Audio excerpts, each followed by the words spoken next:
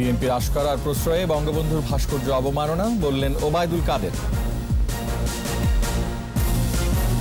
করোনায় আরো 19 মৃত্যু, স্বাস্থ্যবিধি মানছে না অনেকে, মাস্ক ব্যবহারের বালাই নেই। উত্তরের জনপদে কনকনে ঠান্ডা, বাড়ছে শীত বস্ত্রের চাহিদা, কষ্টে আছে নিম্ন আয়ের মানুষ।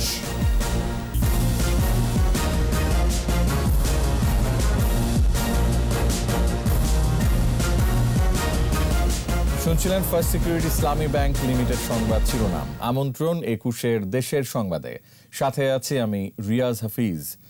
দর্শক, 21 টেলিভিশনের সংবাদ একই সাথে সরাসরি দেখতে পাবেন আমাদের ফেসবুক পেজ www.facebook.com/21e24 অনলাইনে। বিএনপির আশকারা, প্রশ্রয় আর পৃষ্ঠপোষকতা পেয়েই সাম্প্রদায়িক গোষ্ঠী বঙ্গবন্ধুর ভাস্কর্য অবমাননার মতো অপরাধ করেছে বলেছেন আওয়ামী লীগের সাধারণ সম্পাদক ওবায়দুল কাদের। বিএনপি দেশে উগ্রবাদের জন্ম দিয়েছিল জানিয়ে তিনি বলেন, সে বিষয়বস্তু তারাই লালন পালন করেছে। প্রণব চক্রবর্তীর রিপোর্ট। ধানমন্ডিতে আওয়ামী লীগ সভাপতির রাজনৈতিক কার্যালয়ে বিভিন্ন ধর্মীয় ও স্বেচ্ছাসেবী প্রতিষ্ঠান এবং দেশের প্রতিটি বিভাগীয় সদর দপ্তরে করোনা সুরক্ষা সামগ্রী বিতরণ করে আওয়ামী লীগের ত্রাণ ও সমাজ কল্যাণ উপকমিটি। ভিডিও কনফারেন্সে এতে যুক্ত হন আওয়ামী লীগ সাধারণ সম্পাদক ওবায়দুল কাদের। এ সময় তিনি বলেন, বিএনপির আশকারাতেই বঙ্গবন্ধুর ভাস্কর্য ভাঙচুরের সাহস দেখিয়েছে সাম্প্রদায়িক গোষ্ঠী। দেশ থেকে মুক্তিযুদ্ধের চেতনা মুছে দিতে ধর্মীয় উগ্রবাদের সৃষ্টি করেছিল, লালন পালন করেছিল যে বৃক্ষকে, সেটাই আজকে ডালপালা বিস্তার করেছে। বিচার তো করেইনি, তাদের আশকারা, প্রশ্রয়, পৃষ্ঠপোষকতা পেয়েই সাম্প্রদায়িক গোষ্ঠী আজ বঙ্গবন্ধুর ভাস্কর্যের অবমাননার মতো দুঃসাহস দেখাতে পারে। বিএনপি গণতন্ত্রের কথা বললেও তাদের মুখে একথা মানায় না। দেশে যে উগ্রবাদের সৃষ্টি হয়েছে তা তাদেরই সৃষ্টি। মানবাধিকার লঙ্ঘনের দায়ে সরকারকে নাকি কাঠগড়ায় দাঁড়াতে হবে। বিএনপি মুখে মানবাধিকারের কথা, ভূতের মুখে রাম রাম ধ্বনির মতো।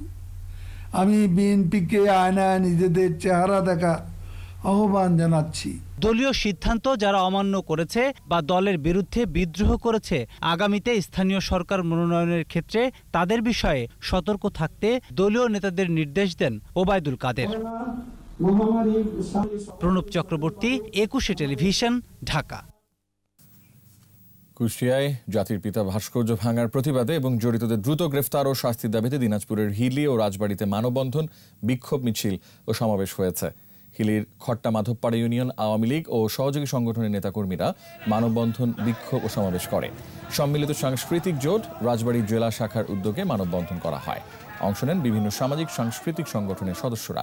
বক্তারা ভাস্কর্য ভাঙার তীব্র নিন্দা জানানোর পাশাপাশি জড়িতদের দৃষ্টান্তমূলক শাস্তির দাবি জানান।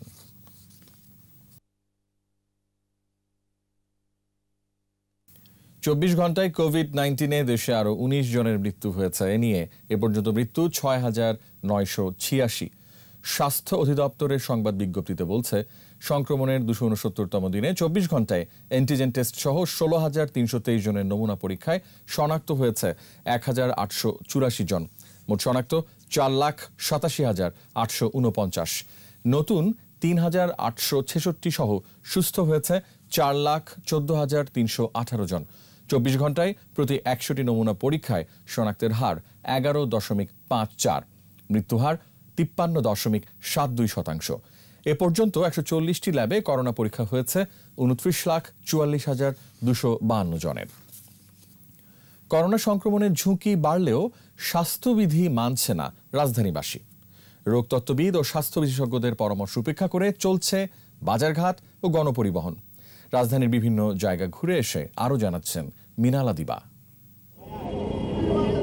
রাস্তাঘাট, হাটবাজার, মার্কেট, গণপরিবহন, এমনকি ট্রেনে পর্যন্ত মাস্ক পরে না অধিকাংশ মানুষ। আবার অনেকে মাস্ক পরছে, তবে সঠিকভাবে নয়। রাজধানীর কমলাপুর রেল স্টেশন, অনেকেই মাস্ক ঝুলিয়ে রেখেছেন। মাস্ক না পরার নানা অজুহাত তাদের। জানি তো ছেলেকে খুলে নিয়েছিলাম, তো এই জন্য খুলে পড়ে গেছে। কথা বলতে বলতে আসছি, এর জন্য এটা ইয়ে করে রাখছি। কিছু মানুষ মাস্ক পরেছেন, তবে দূরত্ববিধি মানছে না কেউ। একই অবস্থা কারওয়ান বাজারে। করোনা সংক্রমণের ঝুঁকি থাকা সত্ত্বেও বেশিরভাগ ক্রেতা বিক্রেতার মুখে মাস্ক নেই। গা ঘেঁষে দাঁড়িয়েই কেনা বেচা চলছে। মাছগুলোর কথা হলে কাস্টমার শুনে না, বুঝছেন? আরে বুঝে না, তাহলে মাছ পকেটে রেখে দিছি, আবার সময় আবার ব্যবহার করি। আর বাসা থেকে আছি তো আবার সারে আছে, আর খেয়াল আছে না। মাস্ক আছে, কেবল এই চা খেয়ে আসলাম তো। শীত বাড়ায় ফুটপাতে বেচা কিনা বেড়েছে, অধিকাংশের মুখেই মাস্ক নেই। একটু ব্যস্ত ছিলাম তো, এই কারণে পড়া হয়নি। মাস্ক আছে না, ভাল লাগে। গণপরিবহনের অবস্থা একই, মাস্ক না পরার নানা অজুহাত। আমি মাস্ক ছাড়া কখনো বের হই না, আজকে মাস্ক কিনবো, কিন্তু আজকে মাস্ক গাড়িতে উঠে নেওয়ার জন্য কিনতে পারিনি। ভুলে রাখছি, আরো দেখেছি যে খুলছি যে পরে করে সাথ থেকে। মিনালা দিবা, 21 টেলিভিশন, ঢাকা। উত্তরাঞ্চল সহ দেশের বিভিন্ন স্থানে বাড়ছে শীতের তীব্রতা। ঘন কুয়াশা, সেই সাথে আছে হিমেল বাতাস।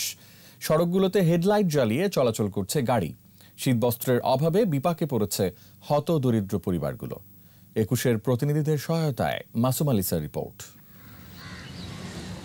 রংপুরে শীতের তীব্রতা বৃদ্ধি পেয়েছে, সেই সাথে ঘন কুয়াশার চাদরে ঢাকা পড়েছে। দুদিন ধরে সূর্যের আলো দেখা যায়নি। বেলা 11টার দিকে সূর্য উঁকি দিলেও কিছুক্ষণের মধ্যে তা মেঘের ভেতরে ঢাকা পড়ে যায়। হিমেল বাতাসের কারণে শীতের তীব্রতা বহুগুণ বাড়িয়ে দিয়েছে। শীতবস্ত্রের অভাবে হতদরিদ্র পরিবারগুলোর দুর্ভোগ বাড়ছে। পঞ্চগড়ে গেল 1 মাস থেকে তাপমাত্রা ওঠানামা করছে। উত্তর দিক থেকে বয়ে আসা হিমালয়ের হিম বাতাসের কারণে শীতের প্রকোপ বেশি থাকে। সন্ধ্যা নামার সাথে সাথে বাড়ছে শীত, সেই সঙ্গে কুয়াশা পড়ছে। কনকনে ঠান্ডায় ভোগান্তিতে পড়েছে জেলার 5 উপজেলার খেটে খাওয়া ও নিম্ন আয়ের মানুষ। কুড়িগ্রামে শীতের তীব্রতা জনজীবন বিপর্যস্ত হয়ে পড়েছে। গুড়ি গুড়ি বৃষ্টির মতো করে পড়ছে কুয়াশা। ঠান্ডা বাতাসে বিপাকে পড়েছে চরাঞ্চলবাসী সহ খেটে খাওয়া মানুষ। বৃদ্ধ ও শিশুরা শীতজনিত নানা রোগে আক্রান্ত হচ্ছে। চলাফেরা মধ্যে সমস্যা হয় বয়স্ক লোকের। কুয়াশার জন্য আসা যায় না, দেখা যায় না। গৃহস্থর ঘরে কাজও নাই, আবার আদৌ খেয়া ফেলাইছে। ছোয়াবার যে শীতের যে কাপড় চাপড় কিনবো তাইও নাই। এদিকে প্রচন্ড শীত ও কয়েকদিন ধরে চলা টানা শৈত্যপ্রবাহে সিরাজগঞ্জের দুর্ভোগে নিম্ন আয়ের মানুষেরা। কাজে বের হতে পারছেন না তারা। খড়কুটো জ্বালিয়ে শীত নিবারণের চেষ্টা করছেন অনেকে। কষ্ট, কেউ তার কাপড় শুকানো পারতেছি না। আগুন তাপান লাগে, দেখেন না ব্যক্তি মিলে আগুন তাপাইতেছি, তাও গরম পাইতেছি একটু। এদিকে নড়াইলের কালিয়া উপজেলায় শিশু ও অসহায় মানুষের মাঝে 300 কম্বল বিতরণ করা হয়েছে। মাসুম আলিসা, 21 টেলিভিশন। পাবনার সুজানগরে অসহায় শীতার্ত মানুষের মধ্যে শীত বস্ত্র ও প্রতিবন্ধীদের মাঝে হুইল চেয়ার বিতরণ করা হয়েছে। সুজানগরের চরদুলাই ফজলুর রহমান উচ্চ বিদ্যালয় মাঠে শীত বস্ত্র ও হুইল চেয়ার বিতরণ করেন পাবনা 2 আসনের সংসদ সদস্য আহমেদ ফিরোজ কবির। যুক্তরাষ্ট্র প্রবাসী সুফিয়া খান ও তার পুত্রবধূ ফাতেমা খানের অর্থায়নে 140 জনের মধ্যে শীত বস্ত্র ও 22 জনকে হুইল চেয়ার প্রদান করা হয়।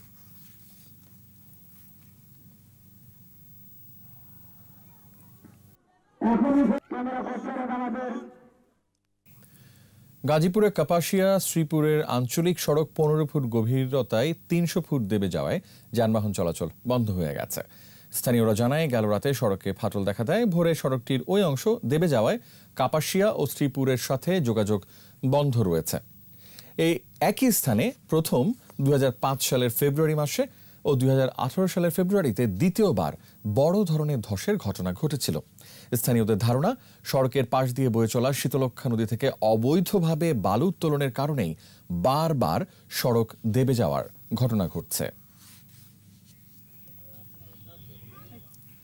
মানিকগঞ্জ পৌরসভা নির্বাচনে মেয়র ও কাউন্সিলর প্রার্থীদের মধ্যে প্রতীক বরাদ্দ দেওয়া হয়েছে। জেলা নির্বাচন কার্যালয়ের সম্মেলন কক্ষে মেয়র পদে আওয়ামী লীগ প্রার্থী রমজান আলীকে নৌকা ও বিএনপির আতাউর রহমান আতাকে ধানের শীষ প্রতীক বরাদ্দ দেওয়া হয়। এছাড়া 9টি ওয়ার্ডের 15 জন নারী সংরক্ষিত কাউন্সিলর ও 46 জন সাধারণ কাউন্সিলর প্রার্থীদের মাঝেও প্রতীক বরাদ্দ দেওয়া হয়। এদিকে আচরণবিধি লঙ্ঘন করে মিছিল সহ প্রতীক নিতে আসায় কাউন্সিলর প্রার্থী আব্দুর রেজ্জাক ও কামাল হোসেনকে শোকজ করা হয়েছে।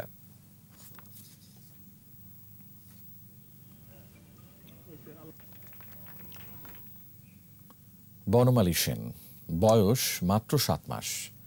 ফুটফুটে এই শিশুটির জন্ম কোমরের নিচে টিউমার নিয়ে। বয়স বাড়ার সাথে সাথে বাড়ছে টিউমারটিও। জরুরি ভিত্তিতে অপারেশন করার পরামর্শ দেন চিকিৎসক। দিনমজুর বাবার সেই সামর্থ্য নেই চিকিৎসা করানোর। তিনি সরকারের সংশ্লিষ্ট দপ্তর ও সমাজের বিত্তবানদের কাছে সহযোগিতা চেয়েছেন। ঠাকুরগাঁও প্রতিনিধি এস.এম. জসিমউদ্দিনের রিপোর্ট, জানাচ্ছেন মুশফিকা নাজনীন। হামাগুড়ি দিতে চায় ছোট্ট বনমালী, পারে না। ওর চেয়ে যেন ওর টিউমারের ওজন বেশি। 7 মাস বয়সী বনমালী জন্মের সময় কোমরের নিচে ছোট্ট একটি টিউমার নিয়ে জন্ম নেয়। বয়স বাড়ার সাথে সাথে সেটিও বড় হয়ে উঠছে, ফলে সোজা হয়ে ঘুমাতে পারে না। ঘুমোতে হয় বুকে ভর দিয়ে। ব্যথায় কান্নাকাটি করলে দিশেহারা হন মা। এখন আবার চিকিৎসা করার জন্য কিছু আর কি সহযোগিতা চাচ্ছি। চিকিৎসক জানান শিশুটির কষ্ট কমাতে ঢাকায় নিয়ে দ্রুত অপারেশন জরুরি। ব্যয় হতে পারে 2 লাখ টাকার মতো। উন্নত জায়গায় গিয়ে এটা চেষ্টা করলে আশা করি ভালো হয়ে যাবে। দিনমজুর বাবা চিকিৎসার জন্য এত টাকা কোথায় পাবেন, সেই চিন্তাতেই দিন কাটছে তার। এত টাকা তো আমাদের কাছে নাই, আমরা কিভাবে ঢাকা নিয়ে যাব কিংবা ইন্ডিয়া নিয়ে যাব। খুব আনন্দে ছিলাম বাচ্চাটা নিয়ে। এখন বাচ্চাটা যে অবস্থা, আমার মনে করে এখন সবসময় চিন্তার মধ্যে আছে। এরা হচ্ছে গরিব মানুষ, যদি আর্থিক কোনো সাহায্য পাওয়া যায় তাহলে বাচ্চারা চিকিৎসা করতে পারবে। এই কষ্ট থেকে যেন বাচ্চাটা ভালো হয়ে যায়। শিশুটির চিকিৎসার জন্য বিকাশ নাম্বার 01751460648-এ আর্থিক সহযোগিতা পাঠানো যাবে। Mushfika Naznin, 21 television. No mask no service বিধি মেনে চলুন, সুস্থ থাকুন। বিরতি নিচ্ছি, যখন ফিরছি তখন থাকছে। স্থানান্তর হচ্ছে শহীদ বীর বিক্রম আব্দুল মান্নানের কবর। 50 বছর সমাহিত ছিলেন রাজওয়ানের গহীন অরণ্যে। মিরসরাই ও ফটিকছড়ির পাহাড়ি এলাকায় গোলমরিচের চাষ, রপ্তানির আশা। আবার আমন্ত্রণ 21 দেশের সংবাদে। স্বাধীনতার সুবর্ণ জয়ন্তীতে নিজ জেলায় ফিরছেন বীর বিক্রম খেতাব পাওয়া মুক্তিযোদ্ধা আব্দুল মান্নান। মহান মুক্তিযুদ্ধে শহীদ এই মুক্তিযোদ্ধা 50 বছর ধরে চট্টগ্রামের রাউজানের গহীন অরণ্যে শায়িত। তাঁর কবরের সন্ধান পাওয়ার পর শুরু হয় এই বীর সন্তানকে নিজ গ্রামে স্থানান্তর করার আয়োজন। ব্রাহ্মণবাড়িয়া প্রতিনিধি মীর শাহিনের রিপোর্ট, জানাচ্ছেন মাসুম আলিসা। ব্রাহ্মণবাড়িয়ার নবীনগর উপজেলার শ্যামগ্রাম ইউনিয়নের নোয়াগ্রামে 1948 সালে জন্মেছিলেন শহীদ বীর বিক্রম আব্দুল মান্নান। 1968 সালে তিনি তৎকালীন পুলিশ বাহিনীতে যোগ দেন। 1971 সালের 26 মার্চ কালুরঘাটের প্রতিরোধ যুদ্ধে অংশ নেন তিনি। 1 নম্বর সেক্টরের এই বীর মুক্তিযোদ্ধা 15 অক্টোবর চট্টগ্রামের রাউজান উপজেলার মাদানীঘাট এলাকায় পাকিস্তানি হানাদার বাহিনীর সাথে সম্মুখ যুদ্ধে শহীদ হন। সহযোদ্ধারা রাউজানের গভীর জঙ্গলে তাকে সমাহিত করেন। এরপর তার কবরের সঠিক অবস্থান নিশ্চিত করা যাচ্ছিল না। নবীনগর অনলাইন অ্যাক্টিভিস্ট ফোরামের অনুসন্ধানে চিহ্নিত হয় কবর। পরে শহীদ আব্দুল মান্নান স্মৃতি বাস্তবায়ন পরিষদের উদ্যোগে কবর স্থানান্তরের অনুমতি দেয় মুক্তিযুদ্ধ বিষয়ক মন্ত্রণালয়। কবরটা নবীনগরে স্থানান্তরিত করার জন্য আমরা বিভিন্নভাবে চেষ্টা করে এখন আল্লাহর রহমতে এটা সফল হয়েছি। সরকার সিদ্ধান্ত নিয়েছেন আমাদের কৃতি সন্তানকে আমাদের এই তার জন্মভূমির মাটিতে স্থানান্তর করার জন্য। তাতে নবীনগরবাসী তথা ব্রাহ্মণবাড়িয়াবাসী অত্যন্ত খুশি। 50 বছর পর কবরটা আমাদের গ্রামে আসছে, তা আমাদের কবরটা কাছ থেকে দেখতে পারবো, এই জন্য আমরা অনেক কৃতজ্ঞতা প্রকাশ করছি। যারা সার্বিক সহযোগিতা করতেছে তাদেরকে আমাদের পরিবার থেকে আন্তরিক অভিনন্দন। আমি যখন এই বিষয়টা নিয়ে সামাজিক যোগাযোগ মাধ্যমে ধারাবাহিকভাবে লিখতে থাকি এবং ওনার যতগুলা বীরত্বের কাহিনী আছে সেগুলো আমি একের পর এক প্রতিবেদন দেই এবং ওনার সহযোদ্ধা যাদেরকে আমি জীবিত পাই সবার সাথে আমি যোগাযোগ করি। তো এক পর্যায়ে দেখলাম এটা নিয়ে আসলে একটা গণদাবিতে পরিণত হলো। আমাদের সন্তানকে আমাদের নিজ ভূমিতে ফিরিয়ে আনতে যা যা করা দরকার আমরা প্রশাসন এবং মাননীয় এমপি মহোদয় জনাব আব্দুল করিম বুলবুল ভাই ইতিমধ্যে সেখানে বরাদ্দ দিয়েছেন। পুনরায় কবরস্থ করার পর এখানে একটা স্মৃতিসৌধ নির্মাণ, তার কবরকে সংস্কার এবং সুন্দর করা, এখানে এই মানুষ যাতে এই প্রজন্মের ছাত্র যুবকরা যাতে এটা পরিদর্শন করতে পারে, তার একটা সুন্দর পরিবেশ সৃষ্টি করা, এটা করার জন্য আমি বর্তমান সরকারের কাছে দাবি জানাবো। সারা দেশে ছড়িয়ে থাকা মুক্তিযুদ্ধের সব স্মারক চিহ্নিত করে সংরক্ষণের আহ্বান জানিয়েছেন জেলার মুক্তিযোদ্ধারা। মাসুম আলিসা, 21 টেলিভিশন।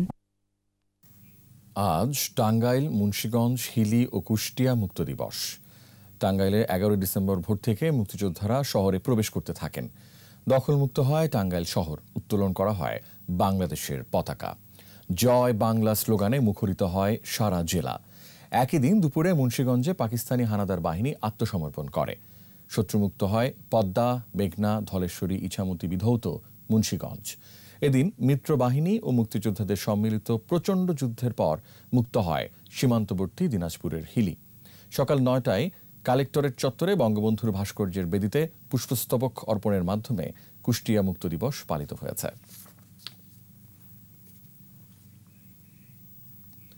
হবিগঞ্জের লাখায়ে খাস জমি দখল নিয়ে দুই পক্ষের সংঘর্ষে মহিলা ও শিশুসহ অন্তত ৪০ জন আহত হয়েছে। বেলা ১২টার দিকে উপজেলার ভরপূর্ণি গ্রামে এই সংঘর্ষের ঘটনা ঘটে। গুরুতর আহত ২০ জনকে সদর আধুনিক হাসপাতালে ভর্তি করা হয়। পুলিশ ও এলাকাবাসী জানায়, ভরপূর্ণি গ্রামের আজিজ মিয়া এবং আকরাম আলীর মধ্যে খাস জমির দখল নিয়ে দীর্ঘদিন ধরে বিরোধ চলে আসছে। এর জের ধরে দেশীয় অস্ত্রশস্ত্র নিয়ে উভয় পক্ষের লোকজন ধাওয়া পাল্টা ধাওয়া করে। এক পর্যায়ে তা সংঘর্ষের রূপ নেয়।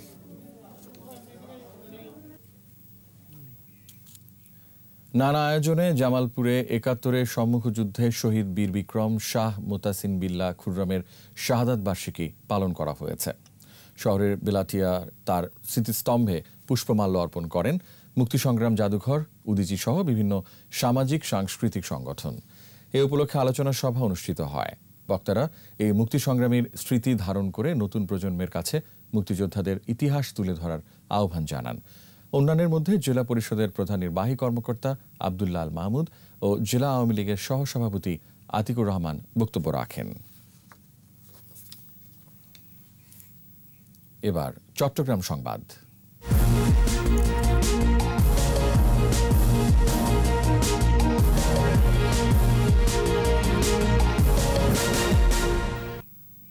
জাতির জনক বঙ্গবন্ধু শেখ মুজিবুর রহমানের ভাস্কর্য ভাঙার প্রতিবাদে সমাবেশ করেছে চট্টগ্রাম দক্ষিণ জেলা মহিলা আওয়ামী লীগ। এ সময় বক্তারা অভিযোগ করেন, বঙ্গবন্ধুর ভাস্কর্যের উপর আঘাত শুধু নিছক কোনো ঘটনা নয়, এ আঘাত বাংলাদেশের অস্তিত্বের উপর আঘাত। বিজয়ের মাসে জাতির পিতার ভাস্কর্য ভাঙার মতো জঘন্যতম কাজের সঙ্গে জড়িত দের দৃষ্টান্তমূলক শাস্তির দাবি করা হয় সমাবেশ থেকে। পরে বিক্ষোভ মিছিল বের করা হয়।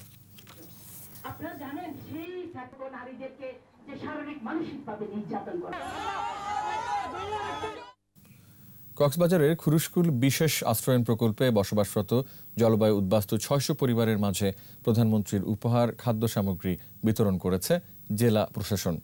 প্রকল্প চত্বরে সদর উপজেলা প্রশাসন আয়োজিত খাদ্য সামগ্রী বিতরণ অনুষ্ঠানে প্রধান অতিথি ছিলেন জেলা প্রশাসক কামাল হোসেন। সদর উপজেলা নির্বাহী কর্মকর্তা সুরাইয়া আক্তার সুইটির সভাপতিত্বে অনুষ্ঠানে অতিরিক্ত জেলা প্রশাসক আমিন আল পারভেজ সহ কর্মকর্তারা উপস্থিত ছিলেন।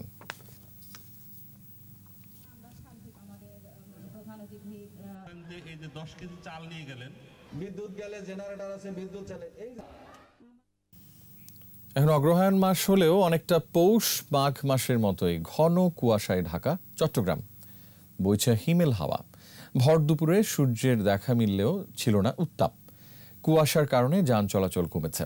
সড়ক, মহাসড়কে সিএনজি চালিত অটোরিকশা সহ অন্যান্য যানবাহন চলাচল করছে ধীর গতিতে। আবহাওয়া অফিস জানিয়েছে, নদী অববাহিকা সহ বিভিন্ন জায়গায় হালকা থেকে মাঝারি ধরনের কুয়াশা পড়বে। ডিসেম্বরের শেষ থেকে এবং জানুয়ারি মাসে কুয়াশা পড়বে। চট্টগ্রাম মিরসরাই ও ফটিকছড়ির দুর্গম পাহাড়ি এলাকায় চাষ হচ্ছে গোলমরিচের। কৃষি বিভাগের আশা, পাহাড়ে গোলমরিচের চাষ বাড়লে দেশের চাহিদা মিটিয়ে তা রপ্তানি হবে বিশ্ববাজারেও। বিপ্লব মজুমদারের ক্যামেরায় চট্টগ্রাম থেকে হাসান ফেরদৌসের রিপোর্ট, জানাচ্ছেন মাসুম আলিসা। চট্টগ্রামের মিরেরসরাই ও ফটিকছড়ির সীমান্তবর্তী পাহাড়ি এলাকায় চাষ হচ্ছে গোলমরিচের। ৫ বছর আগে বাণিজ্যিকভাবে গোলমরিচের আবাদ শুরু হয় এ অঞ্চলে। বর্তমানে প্রায় ২০০ গোলমরিচের বাগান রয়েছে। ফলনও হয়েছে ভালো। দাম ভালো পাওয়ার আশায় বাগান মালিকরা। ফলনটা ভালো হলে তো আমার আর কষ্ট হবে না, আগের মতন আর কষ্ট করা লাগবে না।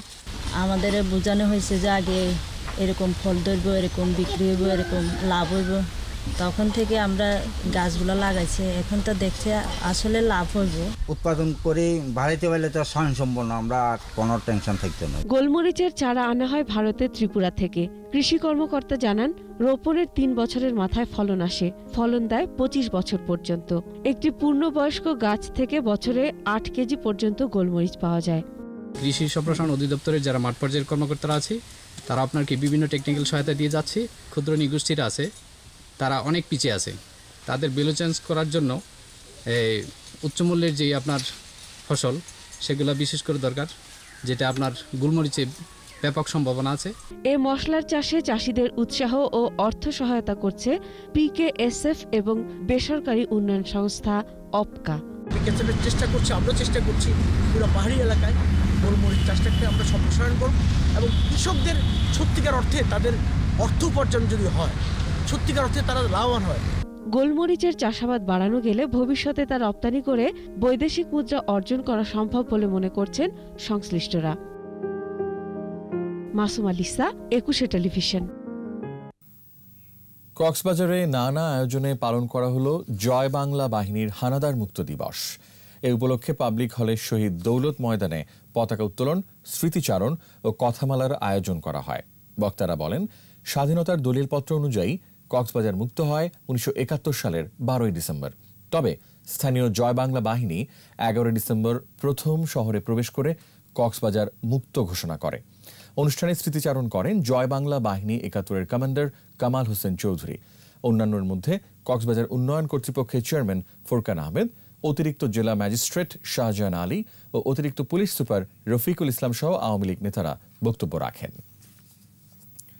12 ডিসেম্বর থেকে 24 জানুয়ারি পর্যন্ত হাম রুবেলা টিকাদান ক্যাম্পেইন উপলক্ষে রাঙামাটিতে সংবাদ সম্মেলন হয়েছে। জেলা সিভিল সার্জন কার্যালয়ে সম্মেলন কক্ষে সংবাদ সম্মেলনে civil surgeon doctor Bipash Khisa বলেন, রাঙামাটির 10 উপজেলায় 5 বছর থেকে 10 বছর বয়সী 1,34,843 শিশুদের হাম রুবেলা টিকা দেয়া হবে। এই টিকাদান কর্মসূচি সফল করতে সকলের সহযোগিতা কামনা করেন তিনি। 9 মাস থেকে 10 মাস বয়সী শিশু।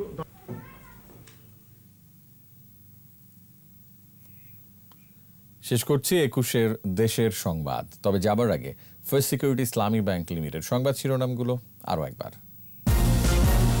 বিএনপির আশকারা আর প্রশ্রয়ে বঙ্গবন্ধুর ভাস্কর্য অবমাননা, বললেন ওবায়দুল কাদের। করোনায় আরো 19 মৃত্যু, স্বাস্থ্যবিধি মানছে না অনেকে, মাস্ক ব্যবহারের বালাই নেই। উত্তরের জনপদে কনকনে ঠান্ডা, বাড়ছে শীত বস্ত্রের চাহিদা, কষ্টে আছে নিম্ন আয়ের মানুষ।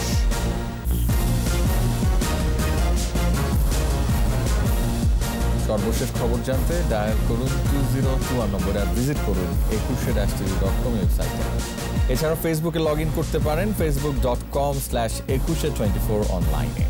এতক্ষণ সাথে থাকার জন্য অসংখ্য ধন্যবাদ। আমাদের পরবর্তী সংবাদ সন্ধ্যা 7টায় দেখার আমন্ত্রণ রইল। দর্শক, স্বাস্থ্যবিধি মেনে চলুন, সুস্থ থাকুন, 21 সংবাদ দেখুন, সঙ্গে থাকুন।